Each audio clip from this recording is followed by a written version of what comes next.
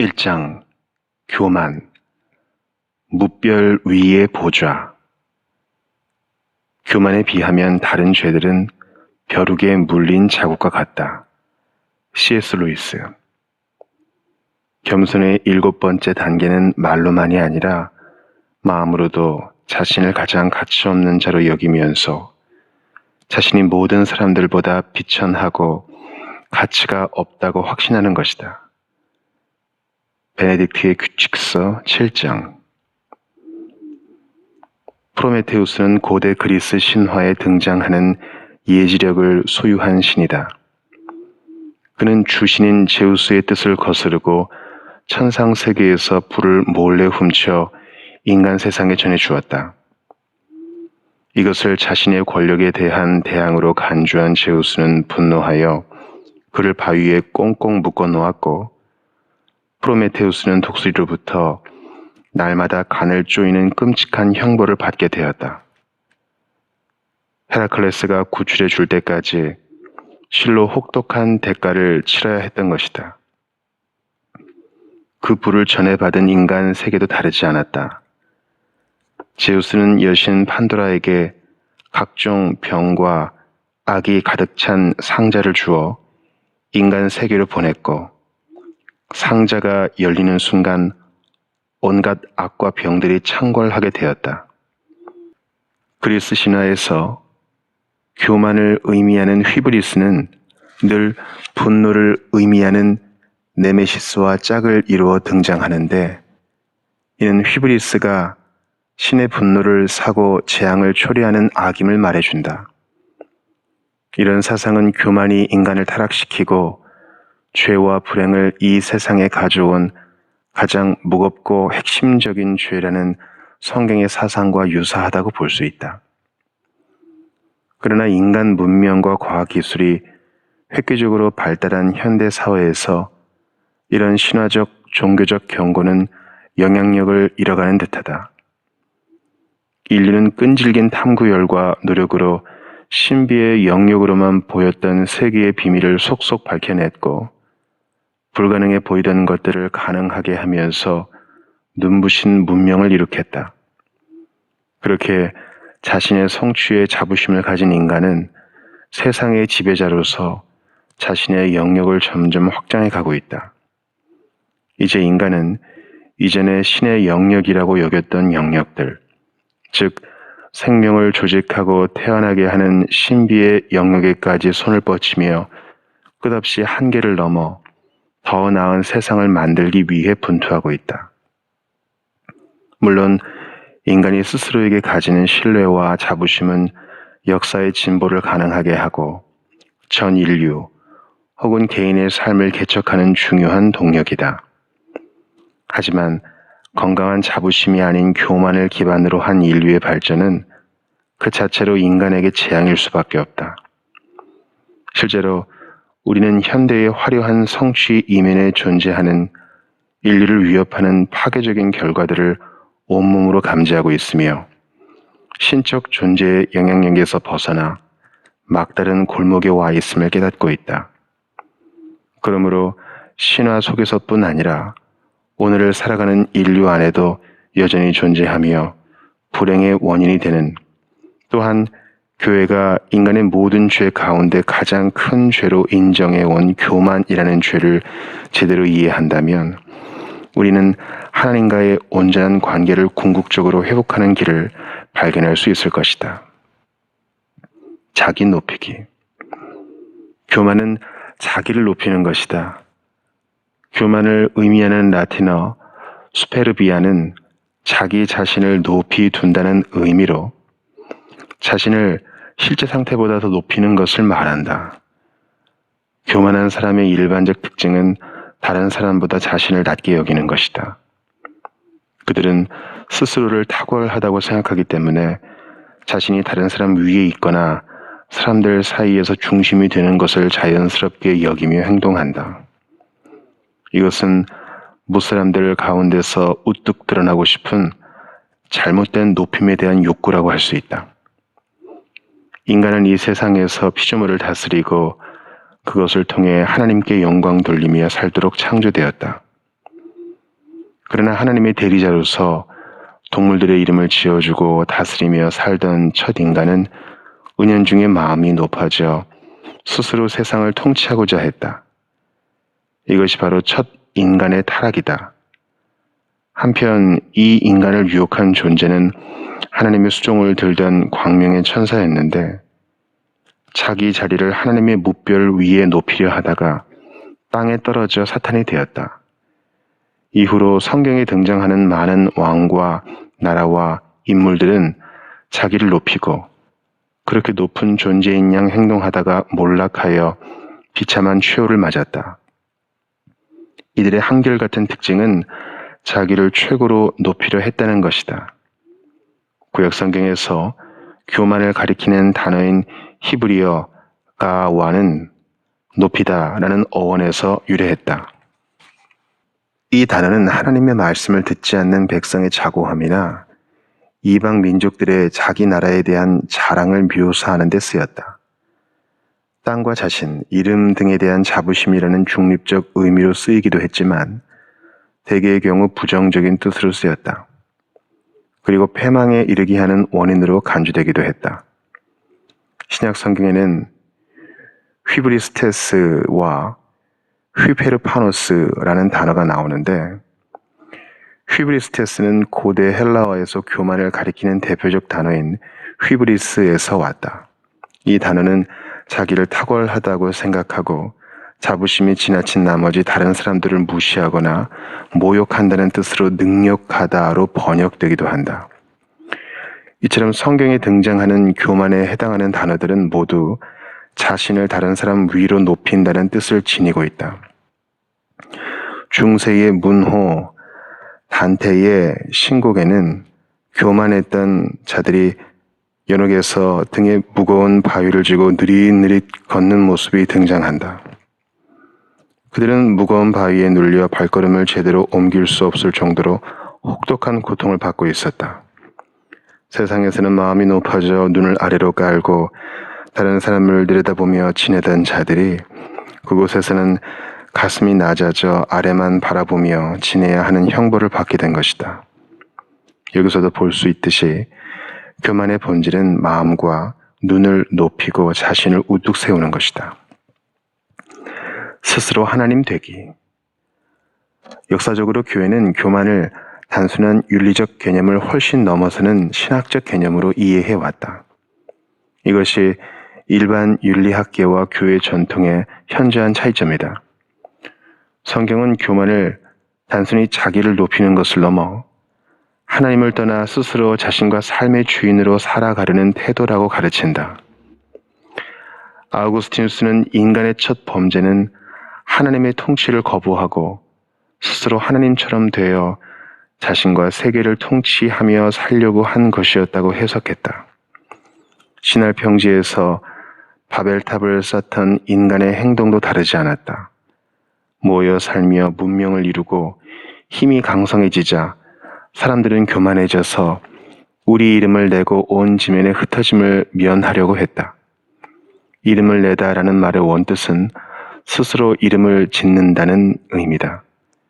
에덴 동산에서 아담이 동식물에게 이름을 지어주었던 것처럼 이름을 짓는다는 것은 그 대상에 대한 주권과 지배권을 가짐을 의미한다. 즉 그들은 바벨탑을 쌓고 성을 건설하여 함께 지내면서 스스로 하나님 대신 땅의 지배자여 주권자로 살려고 했던 것이다. 그래서 하나님은 결국 그들을 흩으셨다. 사무엘 하에도 이스라엘 왕 다윗이 하나님의 명령을 거스르며 자기 뜻대로 인구 조사를 하는 내용이 나온다. 요압은 왕의 명령에 저항하며 하나님이 이스라엘 백성의 규모와 상관없이 나라를 지키실 것임에도 그것을 믿지 못하고 자기 군대의 힘을 의지하려는 왕을 책망한다. 다윗의 행위는 하나님과 관계없이 스스로의 힘으로 나라를 지키려는 명백한 교만이었던 것이다. 이처럼 교만이란 하나님 없이 자기 힘으로 살아가고자 하는 것으로 하나님의 법도를 무시하고 자기 뜻과 생각대로 하는 행동을 통해 확연히 나타난다. 그래서 아우구스티누스는 첫 인간의 죄는 자기 눈이 밝아져 하나님같이 되기를 기대한 교만이었다고 말한 바 있다. 하나님같이 되려는 의지가 이미 있었기 때문에 이런 악한 행동이 나왔다는 것이다. 자신을 하나님처럼 높이려는 것은 자신이 굳게 뿌리내려 있어야 하는 자신의 근원이신 하나님을 버리고 자기 자신을 그 근원으로 삼는 것이라고 했다. 그러므로 교만은 도로시 세이어즈의 말처럼 결국 스스로 하나님이 되려는 것과 다름없다. 기독교 윤리학자 라인홀드 니부어는 첫 인간이 저지른 범죄의 핵심은 교만이고 그것의 본질은 자기중심성이라고 분석했다. 인류의 조상 아담이 하나님의 명령을 거부하고 선악을 알게 하는 과실을 따먹은 것은 하나님을 의지하고 순종하며 살아야 하는 피조물의 신분을 벗어나 스스로 운명의 주인이 되려고 한 행동이라는 것이다. 본래 인간은 한편으로는 자기 결정권을 갖고 자기 한계를 극복해 갈 능력을 지닌 존재이면서도 다른 한편으로는 스스로는 결코 충족될 수 없는 유한성과 의존성, 불충족성이라는 본질적 한계를 지닌 이중적 존재였다.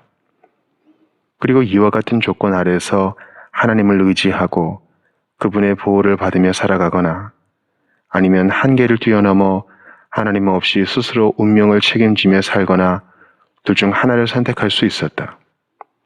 그런데 첫 인간은 결국 후자를 택했다. 과실을 먹으면 눈이 밝아져 하나님처럼 되어 선과 악을 알게 될 것이라는 유혹에 빠져 스스로 통치자가 되고자 한 것이다. 디부어는 이 창조 기사를 해석하면서 교만은 하나님의 통치를 거부하고 자신이 중심이 되어 사는 것이라고 말했다. 이처럼 교만은 자기를 높이는 것이고 결국은 하나님의 자리를 차지하는 것이다. 이와 같은 교만의 본질은 사탄이 자기를 높여 하나님 자리에 앉아 세상을 다스리려고 시도하다 천사의 무리에서 떨어진 것을 보면 분명히 알 수 있다. 내가 하늘에 올라 하나님의 무별 위에 내 자리를 높이리라. 가장 높은 구름에 올라가 지극히 높은 이와 같아지리라.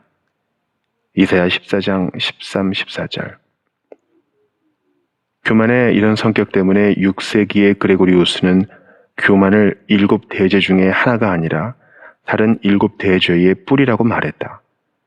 교만에서 다른 모든 죄가 나온다는 것이다. C.S. 루이스 역시 교만이야말로 죄 중의 죄요 가장 큰 죄이며 다른 모든 죄악은 교만에 비하면 마치 벼룩에 물린 자국에 불과하다고 말했다. 교만의 특징, 자기 기만. 교만한 사람은 스스로를 무척 대단하게 여기며 자랑스러워하는데 실제로 탁월한 경우도 있지만 그렇지 않은 경우도 허다하다. 그리고리우스는 교만의 4가지 특징 중 하나가 사실이 그렇지 않음에도 자신이 무언가를 갖고 있다고 우쭐거리는 것, 즉 스스로를 속이는 자기 기만적 성격이라고 말했다. 또한 칼뱅은 타락한 인간에게는 교만으로 인해 본성적으로 자신을 속이는 경향이 있다고 했다. 그렇기 때문에 이따금 착한 행동을 할 때 자신이 정말 선하다고 믿어버린다는 것이다. 대부분 사람은 이와 같은 습관적인 자기 기만적 성향에 젖어 있고 그렇게 의식하지도 못하는 사이 자신의 선함과 탁월함을 기정사실화한다. 성전에 기도하러 올라간 바리새인과 세리의 비유는 인간의 이런 모습을 잘 보여준다. 바리새인은 이렇게 기도한다. 하나님이여, 나는 다른 사람들, 곧 토색, 불의, 간음을 하는 자들과 같지 아니하고 이 세리와도 같지 아니함을 감사하나이다. 나는 일회에 2번씩 금식하고 또 소득의 11조를 드리나이다. 바리새인은 자신이 율법에 따라 행동하기 원하고 또 그렇게 살고 있었기에 스스로 의롭다고 믿었다. 하지만 실제로 하나님은 그를 의롭게 여기지 않으셨다.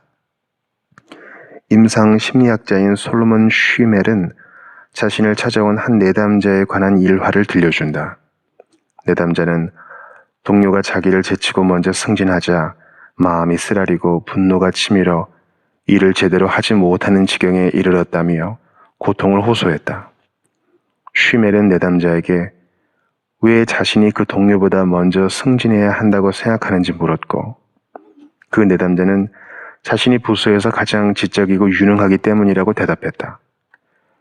쉬멜은 그 말을 듣고 그것이 사실인지 내담자와 함께 꼼꼼히 분석해 나갔고, 그 작업이 끝날 때쯤 내담자는 실제로 자신이 생각만큼 지적으로 탁월하거나 유능하지 않다는 사실을 깨닫게 되었다.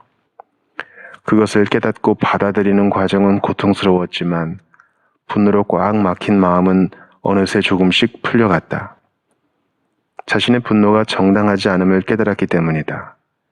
쉬멜은 사실과 다르게 스스로를 탁월하다고 생각하는 자기 기만, 즉 교만이 그 문제의 원인이었다고 진단한다. 사도 바울은 고린도 교인들이 파당을 짓고 자기 지도자와 자기 은사를 자랑하며 스스로 지혜롭다고 생각하는 것을 보고 그들 안에 있는 자기 기만을 엄중히 질책했다. 아무도 자신을 속이지 말라. 고린도전서 3장 18절. 공동체의 분열. 교만한 사람은 타인의 의견을 존중하거나 경청하지 못한다. 자신의 판단과 생각이 더 합리적이고 의롭고 도덕적이라고 생각하기 때문이다. 그들은 다른 견해를 들을 필요를 그다지 느끼지 않으며 혹 듣는다 하더라도 진심이 아니라 그저 예의상 듣는 신용만 하는 경우가 많다. 특별히 자신이 진정으로 회사와 자기 부서의 발전에 기여하고 있다고 생각하는 사람은 일종의 도덕적 우월 의식에 빠져 다른 동료들을 무시하거나 멸시한다. 이러한 태도는 집단이나 국가적 차원에서도 동일하게 발견된다. 선진국들은 저개발 국가들의 문화나 삶의 방식을 무시하는 경향이 있는데 딱히 참고할 만한 탁월한 것이 없다고 생각하기 때문이다. 결국 교만은 쌍방의 대화와 소통을 어렵게 만들고 독단적 고립 상태를 불러온다. 또한 교만은 주위 사람들에게 상처를 입혀 조직의 평화와 관계를 해친다. 이들은 동료가 어떤 식견과 능력이 부족하거나 어떤 일을 잘 못하는 것을 보면 참지 못하고 비판의 날을 세운다. 비록 말로 비판하지 않는다 하더라도 마음과 눈길로 무시해 버림으로써 함께 일하는 동료에게 상처를 준다.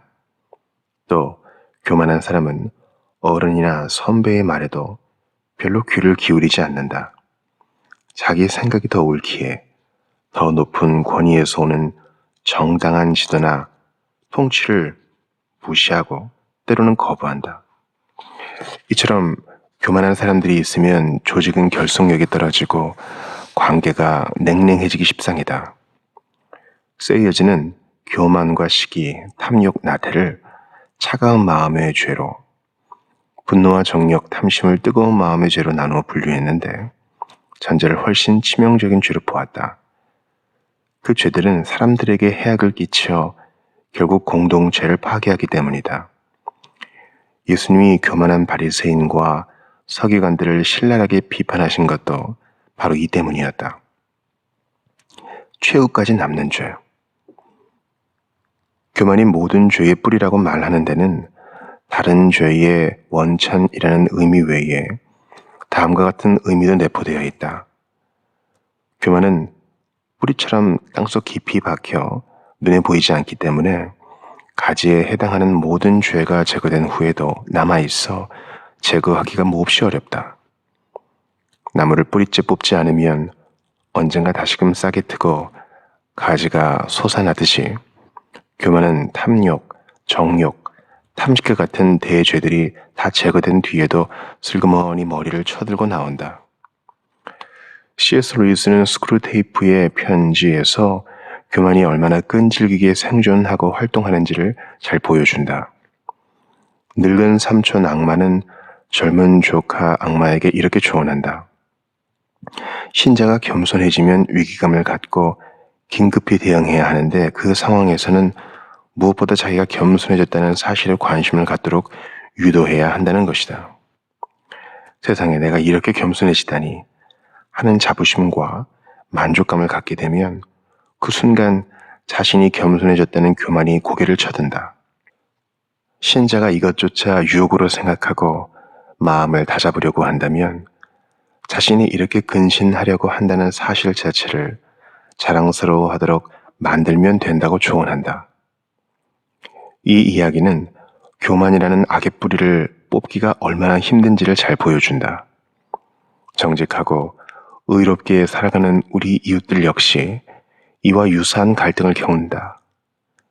예를 들어 소득의 상당 부분을 가난하고 어려운 이들을 위해 나누며 소박하게 살아가는 사람들의 경우 그런 삶을 도우시는 하나님께 감사하는 마음이 도덕적 자부심으로 자리 잡으면서 그렇게 살지 못하는 자들에 대해 도덕적 우월 의식을 갖는 것이다.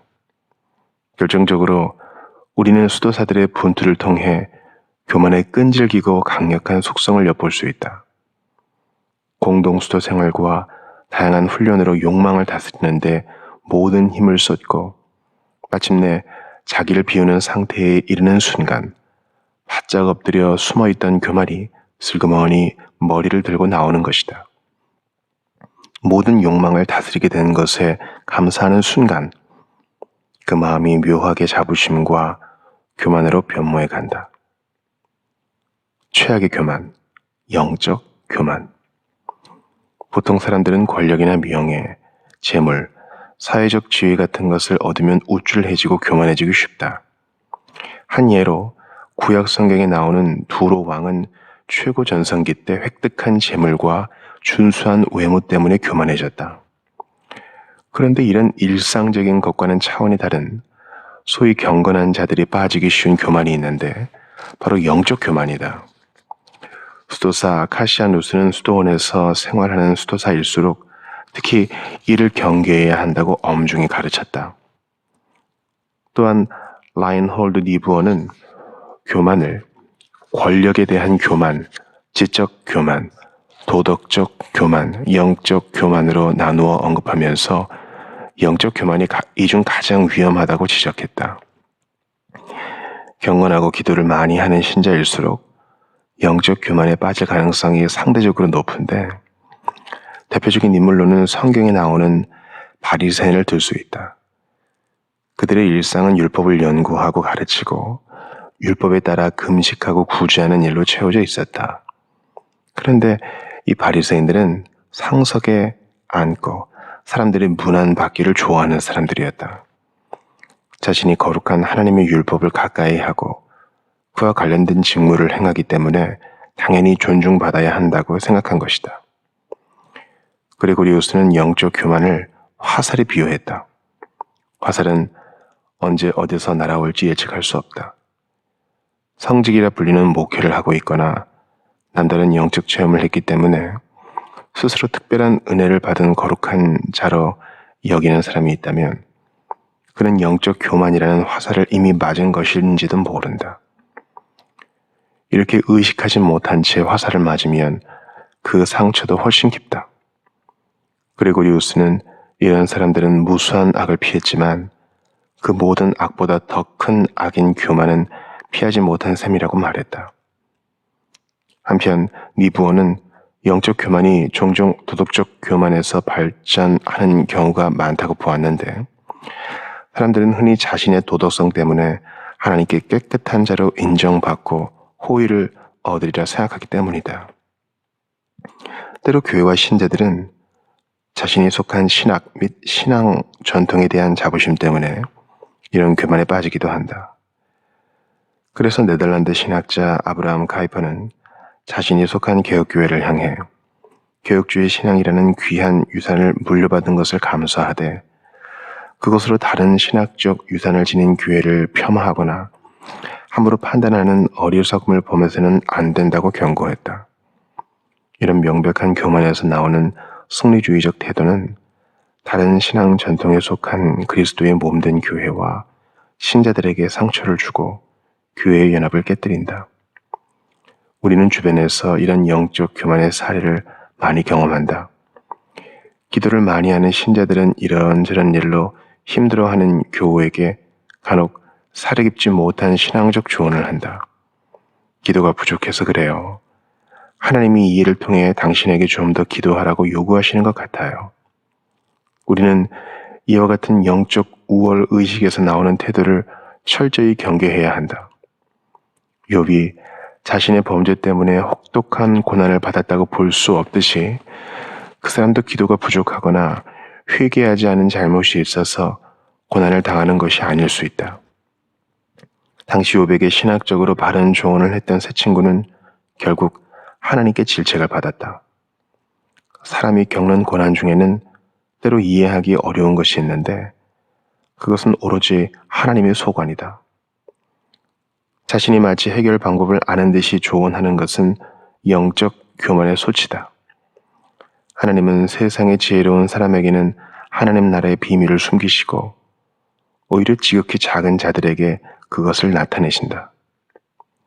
교만을 이기는 길. 교만을 극복하기 위해 어떻게 할 것인가?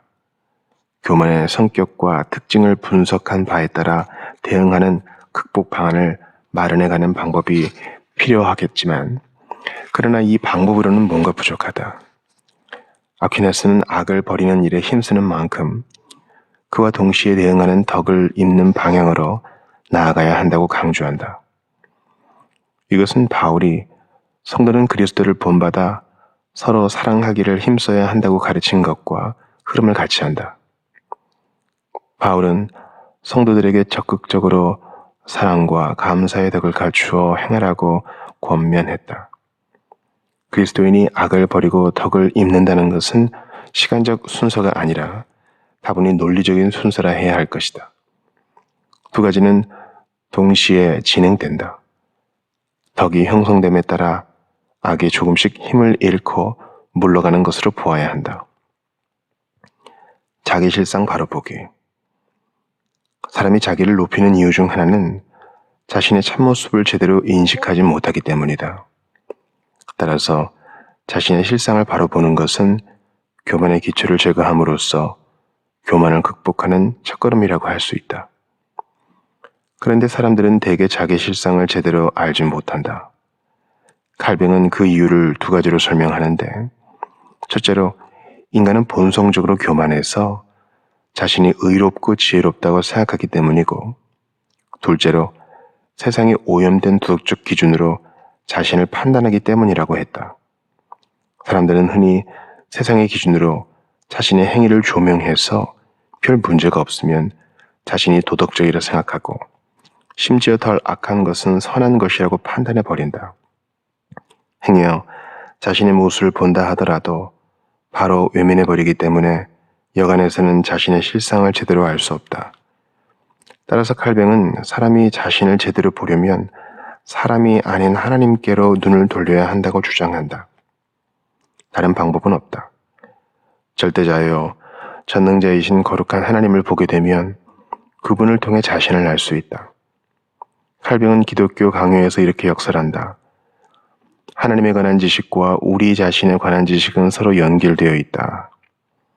즉 하나님을 알지 못하면 인간은 자신이 어떤 존재인지 결코 알 수 없다. 그래서 시편 기자는 이렇게 노래한다. 어리석은 자는 그의 마음에 이르기를 하나님이 없다 하는도다.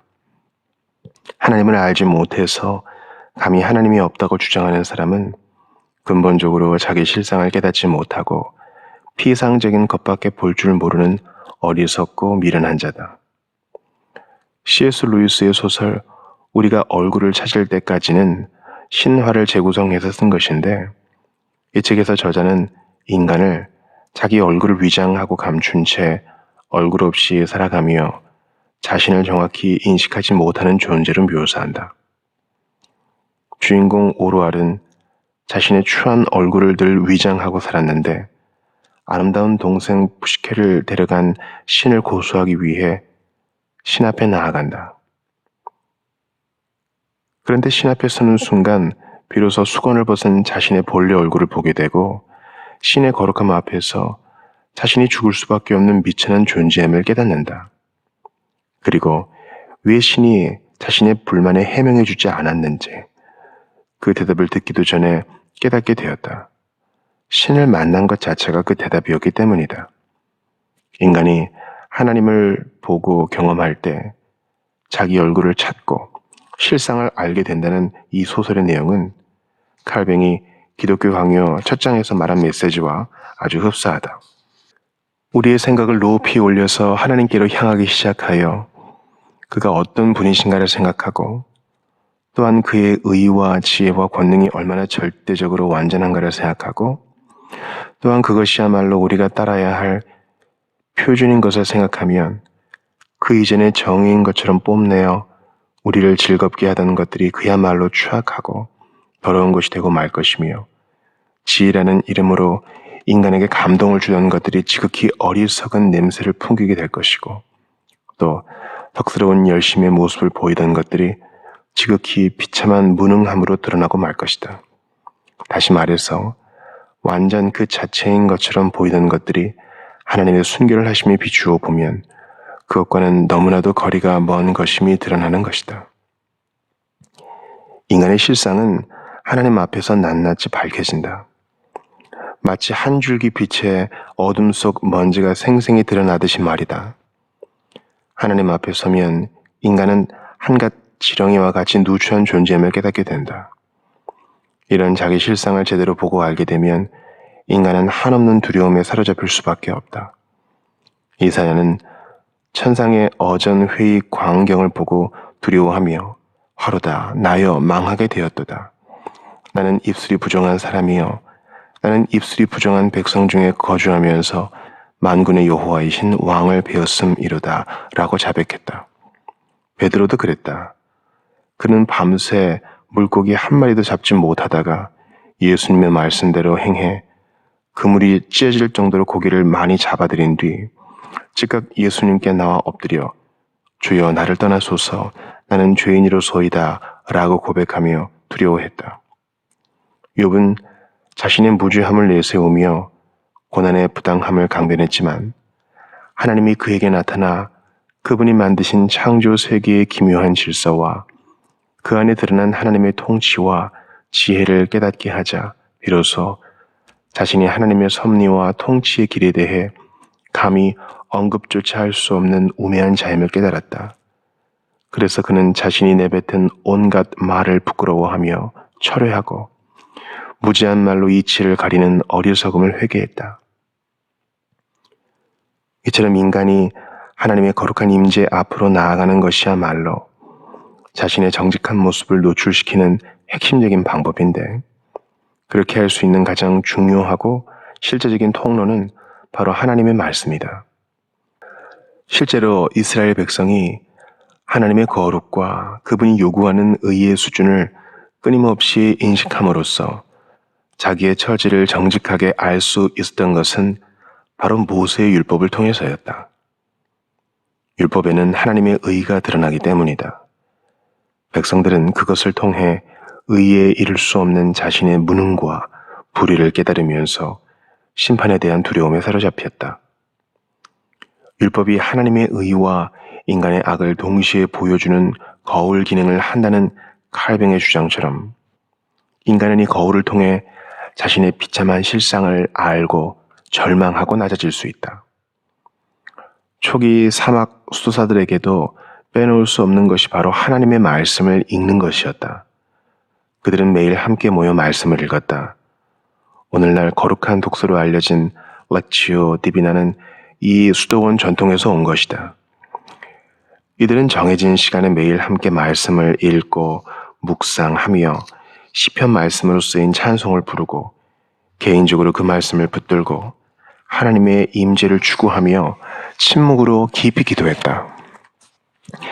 이런 과정 가운데 그들은 하나님을 깊이 추구하는 수도 생활 이면에 존재하는 남을 판단하기 좋아하고 조금만 불편해도 화를 내고 조금도 양보하지 않으려 하는 자신의 이기적이고 옹졸한 모습을 선명히 비추어 볼 수 있었다. 이렇게 하나님의 말씀을 가까이 하는 수도사들은 자신의 더러운 내면을 더 치열하고 생생하게 볼 수밖에 없었고 그만큼 겸손에 대한 열망도 컸다. 그래서 주의 은혜와 도움을 간구하는 예수 기도가 수도사들의 삶에 매우 중요한 위치를 차지했다. 수도사들은 많은 말 대신 하나님의 아들 주 예수 그리스도시요 더럽고 형편없는 저를 불쌍히 여기소서의 형태로 구성된 짧은 기도를 하루에도 수십 번씩 드리곤 했다. 이 기도는 2세기 이집트와 팔레스타인 동방교회 수도원에서 시작되어 서방교회로 전해졌고 현재는 로마 가톨릭 교회 안에서도 사용되고 있다. 이렇듯 자신의 정직한 모습을 치열하게 들여다보는 사람에게는 필연적으로 하나님이 원하시는 겸손의 경지로 나아갈 수 있는 복된 기회가 주어진다. 공동체 훈련. 공동체에 속한다는 것은 자기만의 방식을 내려놓고 공동체가 추구하는 삶의 방식을 자기 것으로 삼아 타인과 함께 생활하겠다는 의미다. 따라서 공동체 생활에는 공동의 질서와 규율과 특정한 삶의 방식을 따르는 것이 전제된다. 이는 새로운 자아를 형성하고 겸손을 비롯한 소중한 덕목을 익히는 데 실제적인 도움이 된다. 5세기 수도사였던 성 베네딕투스는 수도원에서 생활하는 수련생에게 순명과 겸손을 필수적으로 가르쳤다. 수도사들은 하나님의 말씀뿐 아니라 수도 원장의 말도 경청하고 정해진 규율을 따라야 했다. 육체노동, 거룩한 독서, 기도는 결코 빠뜨려서는 안 되며 식사 시간에 준수해야 할 것과 다른 수도사와의 관계에서 지켜야 할 규칙들도 따라야만 했다. 이렇게 하지 않으면 수도원 생활이 불가능했기 때문이다. 베네딕투스는 베네딕트의 규칙서 첫 장에서 수도사를 4가지 유형으로 분류했다. 첫째는 수도원장의 감독을 받고 규율을 따라 다른 수도사들과 함께 공동 수련을 하는 회수도사. 둘째는 오랜 기간 수도원 생활을 통해 충분히 수련한 뒤 혼자 물러나 수련하는 은둔 수도사. 셋째는 공동 생활의 경험 없이 자기 방식으로 수련하는 독립 수도사. 넷째는 여러 수도원을 유랑하며 수도하는 유랑 수도사다. 베네딕투스는 이 중 셋째 유형은 수도사라 할 수 없는 자들로 보았고 넷째 유형은 그보다 더 나쁜 유형의 무리들로 평가했다. 그리고 첫째 유형인 회수도사가 가장 바람직한 수도사라고 보았다. 수도원의 질서에 따르는 공동생활이 겸손과 경건을 배우는 첫걸음이기 때문이다. 수도원은 다양한 배경과 성품을 가진 수도사들과 공동으로 생활하는 곳이기 때문에 자기만의 사고방식이나 생활 습관을 제어하지 않으면 서로 부딪힐 수밖에 없다. 이런 환경에서 교만은 최고의 적이다. 자기만 옳고 타인의 행동과 사고를 함부로 판단하는 교만은 필연적으로 공동체의 결속을 깨뜨린다. 그래서 구성원들은 동료가 마음에 들지 않아도 인정하고 그 말을 한번 들어보고 인내하는 연습을 하면서 서로에게 자기를 맞추는 것을 몸으로 배우고 익혀가야 한다. 그래서 베네딕투스는 자기를 부인하는 겸손이 공동체의 번성을 위한 필수적인 덕이라 여기고 수도원 규칙에서 그것을 가장 강조했다. 그렇다면 오늘날 그리스도인들이 공동체 훈련을 할 수 있는 최적의 장소는 어디일까? 바로 교회다. 교회에 속한다는 것은 단순히 예배에 참석하는 것 이상의 의미가 있다. 교회란 다양한 배경과 모습을 지닌 하나님의 자녀들이 다양한 지체로서 유기적으로 결합해 한 몸을 이루는 곳이다. 그리스도인은 교회를 통해 자기 안의 삶에서 우리 안의 삶으로 들어간다. 사실 이와 같은 목적이 없다면 사회적 신분과 지위, 지식 수준과 연령 등이 저마다 다른 사람들이 서로 어울려 함께 지내기란 불가능할 것이다. 실제로 많은 교회 구성원들이 생각과 기호가 달라 충돌하고 그것을 견디지 못해 교회를 떠나기도 한다. 그러나 자신을 교회를 이루는 한 지체로 인식하고 헌신하는 사람들은 불편을 감수하고 공동체의 하나됨을 위해 스스로를 훈련해 간다.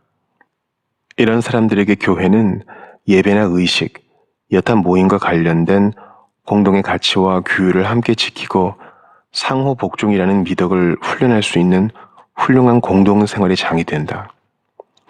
디트리 본헤퍼는 신자들이 공동체에서 다른 신자들과 친교하며 지낸다는 것 자체가 하나님이 주신 은혜의 선물이라고 말했다.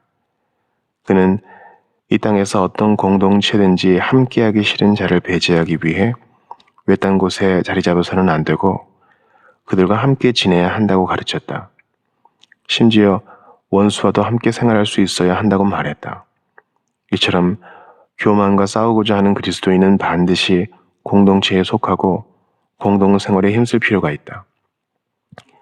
겸손을 향하여 예수님은 제 아들에게 이렇게 말씀하셨다. 무릇 자기를 높이는 자는 낮아지고 자기를 낮추는 자는 높아지리라. 베네딕투스는 이 말씀을 인용하면서 하나님은 겸손한 자를 가까이 하시고 하늘에 이르게 하신다고 가르치며 수도사들에게 그 무엇보다 겸손할 것을 역설했다. 교회는 겸손이야말로 신자가 지녀야 할 최고의 덕이라고 가르쳤고 아우구스티누스 역시 첫째도 겸손, 둘째도 겸손이라고 말했다.